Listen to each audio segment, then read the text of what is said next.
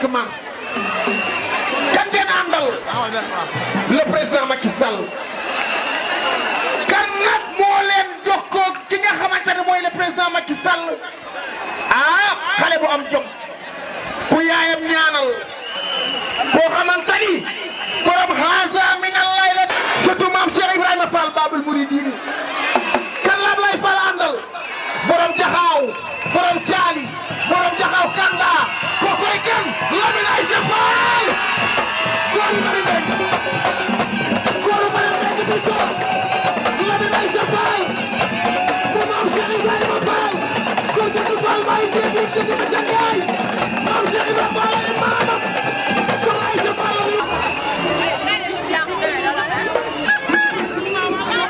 Lamine Aïcha Fall ay dugg fii le coordonnateur ànd ak Ablaye Fall ak la ministre Mame Mbaye Niang madame Mariam Diouf si laaj la dugg madame Mariam Diouf si la moo yegg si ànd ak Ndeye Sikiri Gueye ànd ak Aïda Faye ak Khadija Ndaw Mariam Diouf si laaj noonu ànd ak Ablaye Fall ak la ministre Mame Mbaye Niang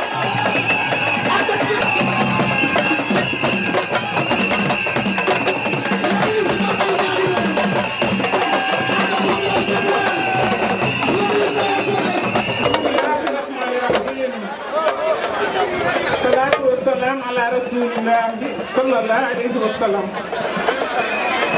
mbooloo mi maa ngi leen di nuyu di ci jiital kilifa yi jóge Ndakaaru Mame Mbaye Niang ak ñi mu àndal ak Ndeye Sukkay liggéey moom ma yàgg dajeel di ci boole ñëpp nag di nuyu sama doom yi nga xam ne tey ñoo ma gunge ci bés bi jóge jaxaaw asalem caali ba yàlla xuja ba jaan ci kër Lamine ba som kenn desul ñu ngi ñëw yàpp ñu gis nañu ñoo xam ne musuñu leen a gis ndax seen yaay ji taxaw ba di tànk moo leen fi indi kon nag alhamdulilah Lamine Aïcha Lamine Astou Fall Lamine Ami Fall mi taxaw jërëjëf yaay jërëjëf jërëjëf fal di ko sargale waat sama doom yi di ko sargale asalem caali dama dëkk ndax man defe naa ni fii buñ ma joxoon cër fii dama suma yëngu ci kees dara dama koy delloo ndax du ma jël cër ñu naan kañ la fi woon defe naa ni fii su ma fee taxaw ñu may sargal ci 8 mars ndax jigéen ñi ko doon dox ak di defar carte yi defe naa ni bu ma ci kenn jiituwul bu ma ci jiituwul kenn jiituwul ma ca ndax yaakaar naa ni Lamine li mu def juumul ndax bu fekkee jigéen li liggéeyal réewam rek la man dama doon liggéeyal sama réew te wutuma ci benn intérêt ma sant yàlla nag bi lii xewee tey bañ ci ma delloo njukkal di sant nag sama sëriñ bu baax bi nga xam ne mooy Cheikh Silaati wu Cheikh Mohamed Malay nu Cheikh Saali Cheikh di sant sama ñaari waajur waaye may sant sama bàjjen Abdoulaye Ndeye Sow njëkk a dem ci la mbaal jéem a fekk àndal àndandoo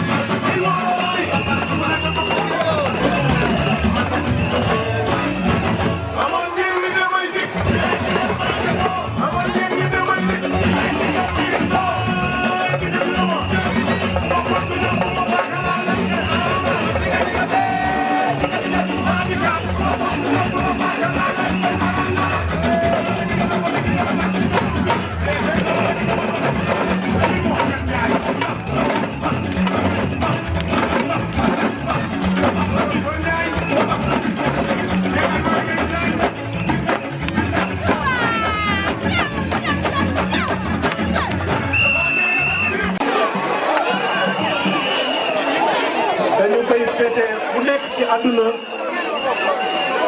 yéen ngeen tànn seen bis tuddee ko sargal le président Macky Sall bu ngeen waxee suma xarit di suma mag lu ma xewle gis ko sama wet mu di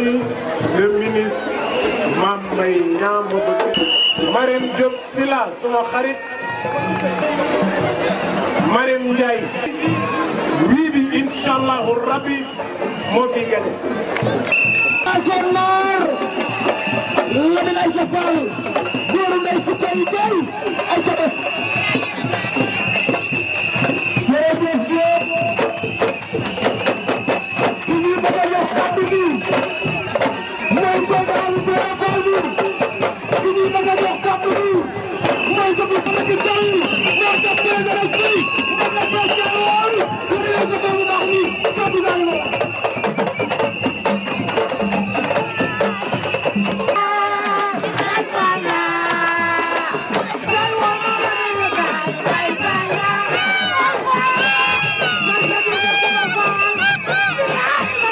mbokki Abdoulaye Thiali mbokki Jaxaaw mbokki Petit Thiali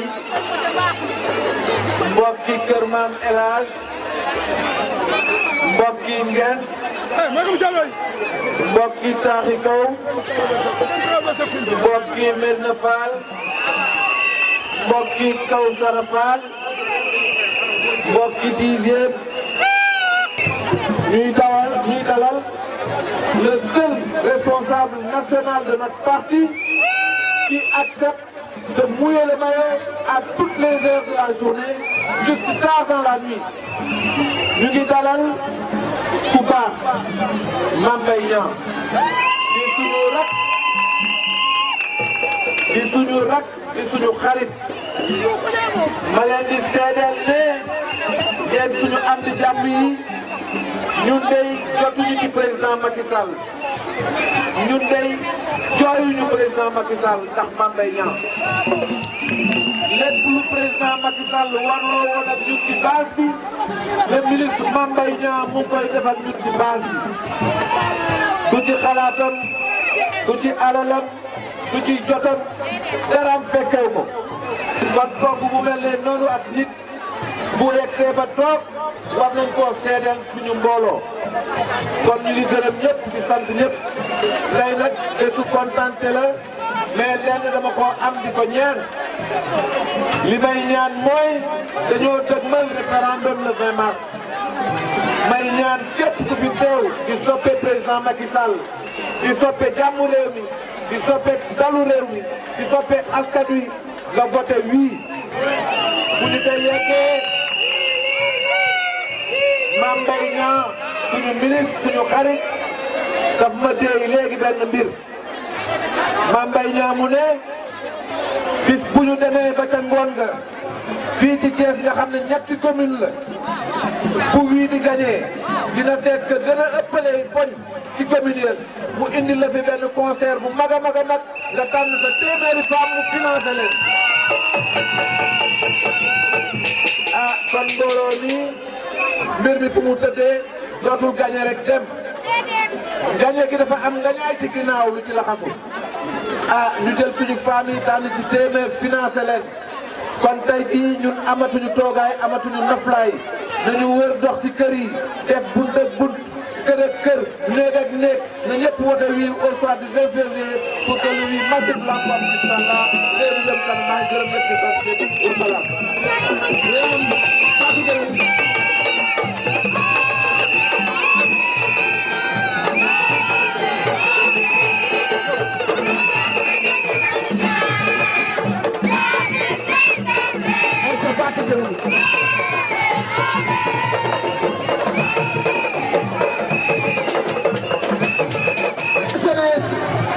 maa ngi jox kàddu gi ku bëgg waa Thiès ku bëgg jeunesse du Sénégal ku jàppale président Macky Sall ki nga xamante ni jëf lay def te du bari wax le ministre de la jeunesse monsieur Mame Mbaye Niang kàddu nga doon. ma jàpp ni que suñu yaay Marème dafay sot te ki ngay sotle man bu ma eggee dinaa ko wax di nuyu Mariam Ndiaye ndaxte dara dàqul ci àdduna nga liggéey ba sa ñoñ say dëkkandoo say waa réew yëpp nangul ni que sa bakkan sa doole sa am-am defal nga ci sa réew defal nga ci sa gox yal na la yàlla suñu borom fay yàlla bi am mën a fay yal na la fay di ci teg Léna Kane di ci teg Thérèse Ndiaye di ci teg Ndeye Soukeye Gueye di ci teg Wuri Fall mobilisation bi rafet na mobilisation bi rafet na taxawaay bi rafet na maa ngi gërëm sama ñaari collaborateurs yi muy Lamine di Abdoulaye di ay nit ñoo xam ni ñu am wóllëre lañ ñu am ngor lañ dégg naa sànq di kenn di wax mu ni Lamine xaarul ba mag yi jox ko muy joxe dama koy dëggal rek loo def rek sa doole nga ko def loo def rek sa man-man nga ko defee ak sa yéene ñu ngi la ciy gërëm di la sant waaye jàpp naa man ki ma xam gisaguma nit ji ko ngor mu ji ko leneen àddina ngi suñu kanam àddina nag yàlla mooy def ànd Abdoulaye dootul sama chef de cabinet sama rakk la Abdoulaye sama xarit la Abdoulaye sama confident la Abdoulaye sama wóllëre la defe naa di nekk fii di wax sama digganteem ak moom dañuy guddal wax ji rek waaye lenn de dinaa ko def bu ma demee dinaa wax président di ko Abdoulaye ba nga ma dénkoon wax dëgg yàlla màgg na ëpp na may loxo jëlaatal sa Abdoulaye nga xool ndax jàpp naa ni lii ngeen def fii am na ñu yor lu ngeen ëpp fuuf li ngeen yor te defuñu ko donc yéene la balaa ma ci ñambaas ci wàllu politique parce que xam naa ni loolu moo ñu fi indi damay gërëm sama jigéenu bopp bu sama jigéen sama rakk la nit koo xam ni boo xewlee mu jël dooleem def ci te du la laaj dërëm nit koo xam ni bu la dara méttee mu jooyle la ko nit koo xam ni boo amee mbégte bay séddale sax boo gestoo doo ko gis parce que danaan la ñii la gën a jege te amuñu nga ko war a jox Aïda jërëjëf Aïda ji nga ma ngor ji nga ma lu ma rak yi ma bokkal ndey ak baay jiw jërëjëf maa ngi jël waa Thiès seede ak waa Sénégal yëpp ni leen sama rakk la sama jigéen la lenn rek laa dul def mooy kees bi moom du ma bëgg a dénk parce que bu ma la ko dénkee nga maye ba su leen fan mënuñoo dajalee lu toll nii ci jigéen ci bis bu màggee nii ca duñu fàttali li ngeen fi wax président de la république yéene la am ci réew mi yéene la am ci ndawu Sénégal waaye yéene la am ci jigéenu Sénégal ndaw yi fi nekk mën nañ seede ni ko buñ di dajaloowe ak moom li leen di wax mooy ci ndaw ñi la am yaakaar ak ci jigéen ñi donc madame Marème Diop Sylla gën leen laxasaayu ndaxte ñun laxasaayu la réew mi nag toll na foo xam ni ñi ngi wàññi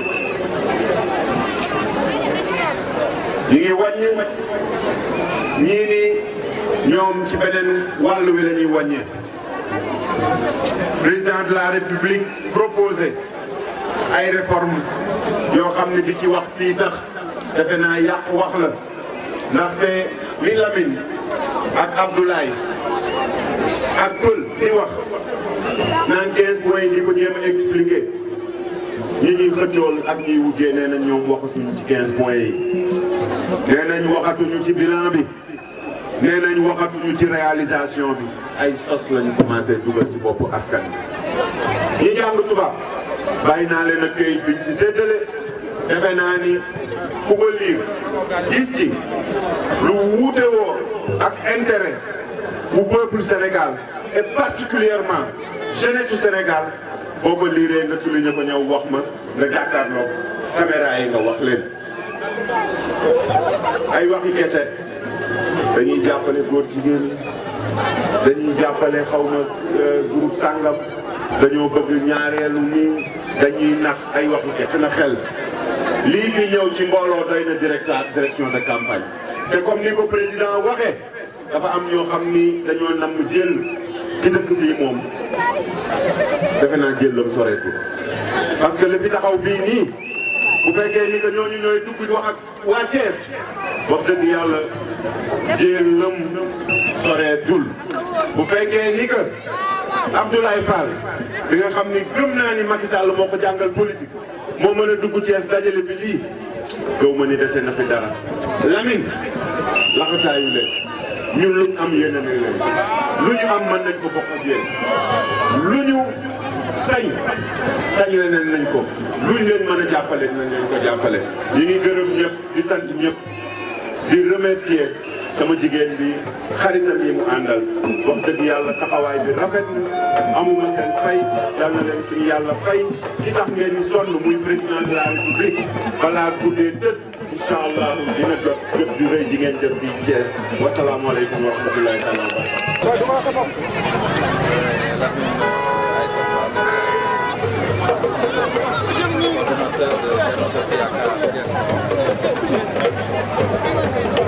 Aujourd'hui, vous êtes venu rencontrer votre base à Thiès et vous avez choisi une journée de Dakar pour Je dois juste préciser que je ne suis pas venu rencontrer ma base, je suis resté collé à la base. Je travaille à Dakar, je dors à Thiès les week-ends. Je ne suis pas venu rencontrer la base, elle est avec nous. Et donc il faut que je le précise. Alors cette journée de la femme, nous sommes d'accord que la femme doit être célébrée tous les jours, chaque jour que je fais, à chaque heure de la journée. Mais il est bon, de temps en temps, dans le parcours de l'être humain, qu'il puisse s'arrêter, marquer un pas, évaluer ce qu'il a déjà fait. C'est ce que nous faisons avec les femmes le 8 mars. Pour nous, le 8 mars, c'est une occasion d'évaluer nos rapports avec la femme. La femme, c'est la mère, c'est la sœur, c'est l'épouse. Nos rapports avec ces trois éléments de la société, il faut les évaluer. Et nous, nous choisissons le 8 mars. D'abord pour faire ça, mais ensuite choisir une personnalité dans notre personnalité féminine au niveau de la base. Les mamans qui nous ont vu grandir et profiter de cette journée, de cette matinée, passer la journée avec elles, avec l'ensemble de nos amis, l'ensemble de notre base, et évidemment, à la fin de la journée, qu'on puisse la décorer, la remercier à notre façon en la décorant, et voilà, à travers cette occasion comme ça. Voilà pourquoi nous choisissons d'être avec la base de 8 mars et non pas de rester à Dakar.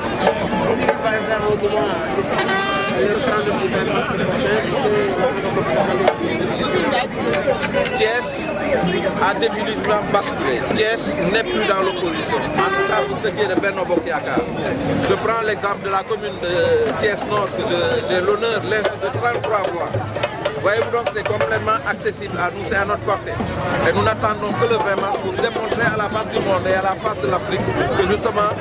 il n'y a pas de dinosaure politique. Aujourd'hui, il s'agit d'être avec la base, il s'agit d'être à son équipe, il s'agit de s'occuper de sa base pour pouvoir répondre à ses attentes en tant que politique. Et ce que nous faisons tout le temps, voilà, l'opposition souhaiterait une démission du président de la République. Si jamais le Nord l'emporterait, quelle amende faites-vous de cette sortie? Alors, ça me fait rire, j'ai envie de dire quand j'entends ça, c'est une nouvelle trouvaille de l'opposition sénégalaise. Quel est le rapport entre le référendum et le mandat du président? Dites-le-moi. Il n'y en a pas. Il n'y en a pas. Mais écoutez, nous proposons 15 points de réforme. Le plus important pour moi concerne la limitation du nombre de partis, l'organisation des partis politiques dans notre pays. Aujourd'hui, n'importe quel est pingouin, excusez-moi du terme, n'importe quel homme peut se lever, créer son parti, même s'il a 2 militants, et faire partie de l'opposition. Alors, cette nouvelle réforme-là ne peut plus exister parce qu'aujourd'hui, il ne s'agit plus d'être dirigeant ou responsable de parti politique pour aller aux élections. Combien sont-ils les Sénégalais qui sont chez eux, qui ont envie de briguer le mandat présidentiel et qui ne peuvent pas le faire parce qu'ils ne sont pas dans des partis politiques? Ça, c'est pas une avancée, dites-le-moi si c'est pas une avancée. L'ancienne loi, l'ancienne constitution là, permettait à n'importe quel homme de pouvoir prétendre à diriger notre pays. On a vu, on est à plus de 240 partis pour 14 millions d'habitants, c'est exorbitant. Aujourd'hui, on a des responsables de partis, qu'est-ce qu'ils disent sur les réformes? Vous entendez, la laïcité est mise en cause, notre laïcité légendaire est mise en cause, qui est basée sur le Kumdi de Kouvalédine, qui est dans le Coran. Occupe-toi de tes croyances, laisse-moi gérer ma propre croyance. Là, c'est dans le Coran. Et c'est cette laïcité-là que nous vivons. Qu'est-ce qu'ils disent aujourd'hui? Que nous faisons la promotion comment on appelle ça, de l'homosexualité. Mais c'est pas vrai. Regardez aujourd'hui, à cause de ces éléments introduits depuis la Constitution de 2001, nous avons même des chefs de parti homosexuels. Ça, vous le savez plus que nous. Vous voulez dire que le discours est compliqué? Le discours, non, il vole trop bas. On ne peut pas dire que le président va démissionner. Le président a été élu pour un mandat précis. Il va vite ce mandat-là et le renouveler.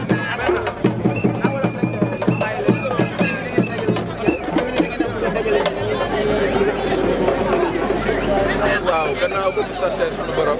gërëm suñu wayju ñu ngi kontaan ci waa Thiès tey Thiès wane na bopp Thiès wane na camp bi mu bokk tey ndaxte li koy firnde mooy bii lépp ci mbooloo lépp ci ay soxna yu fi daje toilette ba jekk solu ba rafet ñëw taxaw juste pour wane seen bopp wane na ñoom ñi ngi ànd ak président Macky Sall ñu ngi ci ginnaaw ndaw yi président Macky Sall yi di liggéey loolu dafa jar a magnifier dafa jar a souligner alors journée bi ñu koy def nag pour gën a jege jigéen ñi parce que naam jigéen ñi dañu war a wax ak ñoom dañ leen war a célébrer pendant 365 jours waaye ñun de dañu taamu ne bu ñu toogee ba 8 mars dañu war a dajale suñuy jigéen saafoonteeg ñoom waxtaanal ak ñoom ñu wax ñu li dëng ak li jub ñu mun a xool li ñuy def pour gën a mun a avancer waaye itam journée bi dañu ci profiter tànn ci mag ñi nga xam ne ñooñu jiit ñooñu tette ñooñu nàmpal ñooñu doon encadré gis ngeen soxna si fi célébré tey jii muy Ajaratu Ami Fall ñu dëkk HLM Thiali muy femme de développement ñu yàgg ci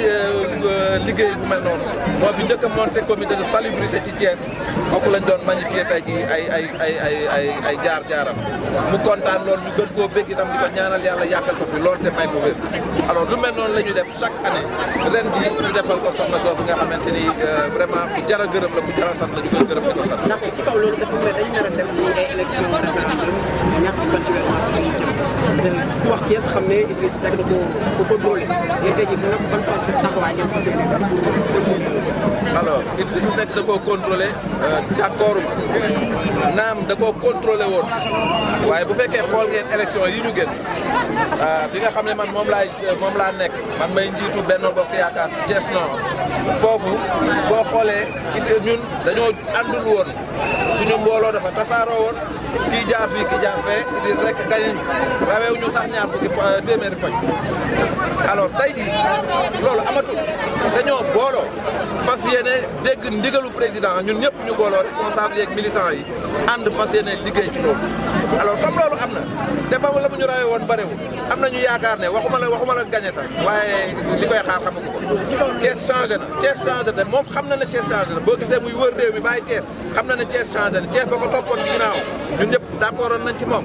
mais la mu def ak nekkinam ñu fal la maire doo toog sa dëkk Idrissa Seck Saint-Diam sa nekk dëkkul Thiès yéen nañu ko gën a xam yéen journaliste yi. d'accord ci kaw loolu dañu xool fii ci politique bi nee nañ bu fekkee non bi dafa gën ci référendum bi président mun na tekki ndox daal nga bàyyi keneen ci yéen loolu na ngeen. waaw non yéen xam ngeen ne opposition bi terewu ñoo ne la wax dëgg yàlla opposition bu ñu demee ba amatuñu fu ñu jafandu